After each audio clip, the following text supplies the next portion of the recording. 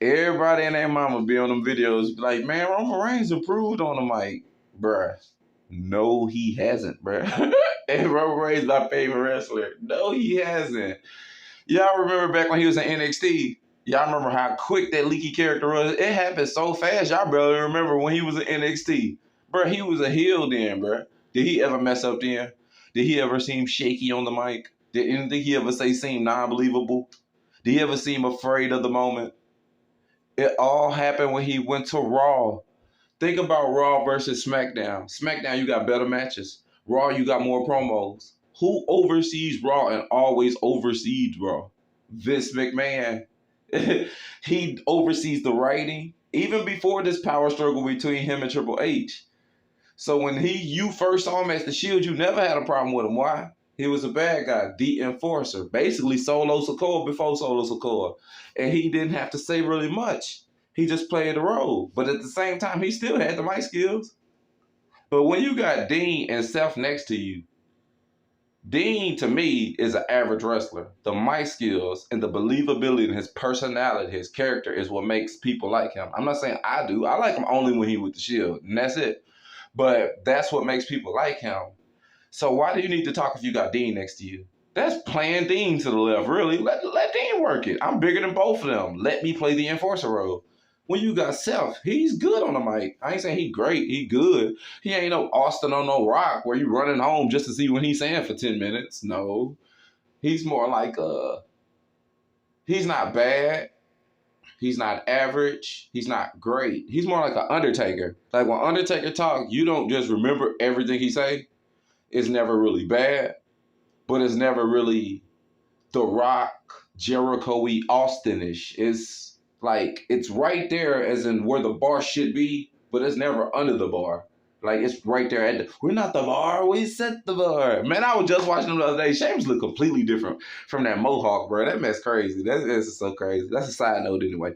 But, yeah, Roman Reigns always had the mic skills, bro. He always did. It's just when you put him on that cookie cutter John Cena 2.0, the minute he left the Shield, you know, Vince ruined his own product, sad but true, when it came to Roman. But then again, adversity is good too. Because think about it. Y'all want to turn on him right now as he's the tribal chief. It's talking about, oh, he should have been healed. That was the hottest day for the last 2, 3 years. Imagine if he was healed 18 years ago. Y'all be trying to beg for him to go face. It's the funniest thing in the world, bro. When that man used to beat Undertaker, Brock, and all these other different wrestlers for titles, he beat them clean. And John Cena beat them clean every single time. And y'all hated it. Hated it. Switch it up. Change something up. Now he's a heel with a family that he orchestrated purposely around him. And he's using them, which also boosts them and gets them raised. Think about this. If Roman beat your favorite wrestler clean as a heel, how does that help them? How does that help them? Even if he beat them once, that completely erases them out the title picture.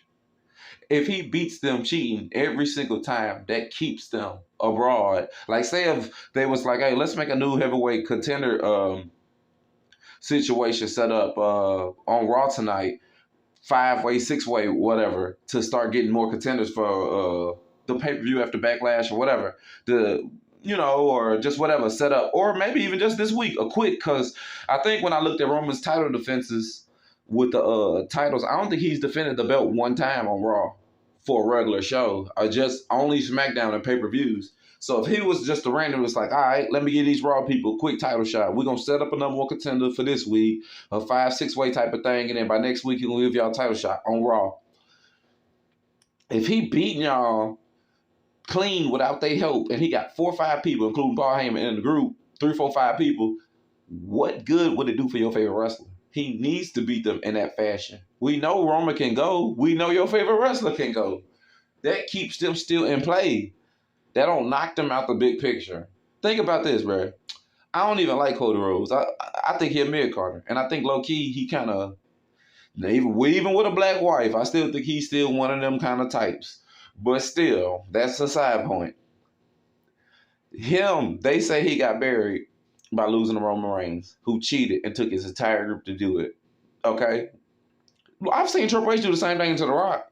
Stephanie done came, Vince, Shane, Test, DX, X-Pac, you name it. I done seen this man throw the whole army at somebody. Y'all remember when he sicked the Radicals on Mick Foley and then DX jumped him too? Like, bro, I'm not trying to hear that, bro. People do whatever they do. They heels.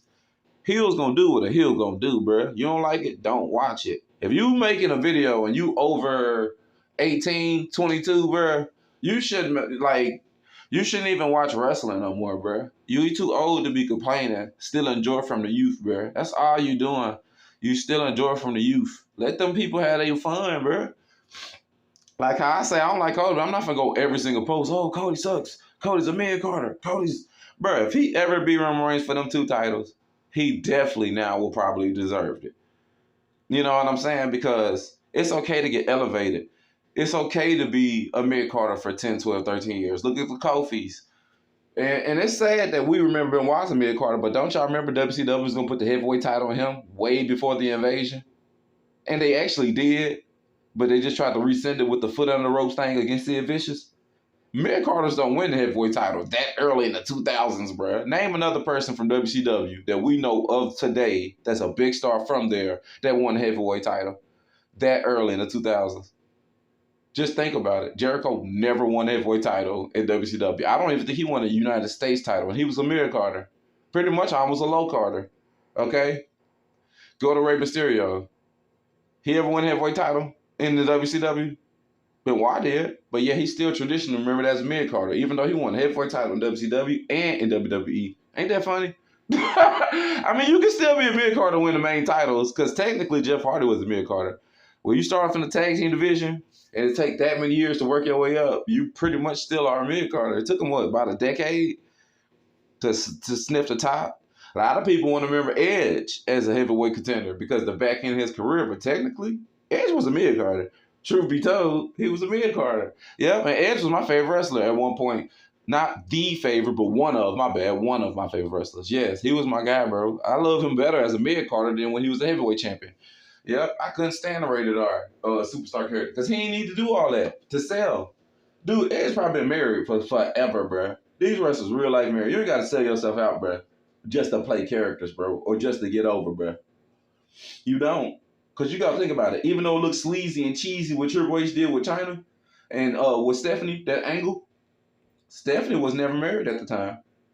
Triple H was never married. Even though he did date Chyna, cheated, moved on, so forth, he was still never married. I'm a big Chyna fan. I support Chyna behind a relationship. And I still stay there and say this. He wasn't married. What adultery or some weirdness that he commit? At one point in time, a few years ago, y'all was rocking with Corey Graves stuff, knowing that he cheated on his wife. So I don't really want to hear that. Y'all still love Stone Cold, knowing what he did to Deborah. Knowing what he did to Deborah. I don't be trying to hear that mess, bro. And this be conclusive type of evidence of type of stuff. That mess would have been why, even with his death and the murder, we still to this day, well, the people say it. Dude, the people say that OJ didn't do a dude. And majority of the people still to this day think he did.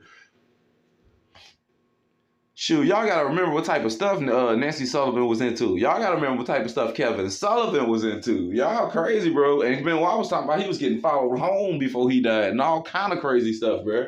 Yeah, oh, his man was messed up from this and that and from the testing. And, bro, unless I'm watching on the tape and I see you take his brain out of his body, scoop it into stuff and test it with a little laboratory piece of paperwork to say Chris Benoit's brain on it, and then you test further. Anything you test me or show me could be altered, changed. It could even be somebody else's brain, bro. Seriously, bro. I'm not there, bro. I can't guarantee what you telling me. Bro, we done seen this man for almost 20 years. And I couldn't say nothing besides some promos they made him say, you feel me? And his aggressive character he played. But it wasn't even, bro, I've seen worse than Chris Benoit, a character. And he was supposed to be Mr. Aggression. Look at Nathan Jones promos. Let one of these little 10, 9-year, 8-year-old kids who ain't never watched real horror movies or something see some of that. Man, they'll be a little step back a little bit. I ain't saying they'd be frightened, but they'll take a step back. Y'all trying to make that man sound like he was the boogeyman out there. Oh, he's Jeepers Creepers. Man, Benoit was nice. And go to all the interviews people say about this man before he died. That tells you everything you need to know about a man. Seriously, unless you got video camera evidence catching him do it, it's crazy how we got all the pieces to say he did do it, but no proof for nothing though. No real proof besides some papers and this and that and that and that. Bro, majority of the stuff that we concretely just say, hey, this is what you did to do, that you can throw away and shut away, we have pretty much like camera evidence for it, bro. We have some real type of, I don't know, bro. I'm just not buying it, bro. Like I said, I wasn't there. Wrestling YouTubers, fans, y'all wasn't there. That's something that to the day I die, I take with me, that Chris Benoit didn't do that. Yeah, he didn't. Yep, he didn't. But yeah, like that's a side note though. We gonna get back to that. Back to Big Romy, dog. They really thought that man didn't have no mic skills, bro. Bro, Ben had mic skills. That ain't nothing. You can only do what they allow you to do. It's valets and managers. Raven used to be a manager. DDP used to be a manager. Who else used to be a manager? Didn't Steven Richards? But Steven Richards got good mic skills. He used to be a manager. These dudes used to be managers and they mic skills be off the chains. Y'all be crazy, bro, to tell me and sit up there and be like, oh, bro, it's like you can only do what somebody let you do. If I ain't talking, you not gonna hear it. Bro, how many years was he in the shit where this man barely talked? So you judging his overall, like, okay, he ain't have it, because when you're compared, like say if I've been in the game for 10 years, but for 5 or 6 years I didn't talk, and then I'm cold after talking for the last 3, you're gonna always think I barely didn't have it because I barely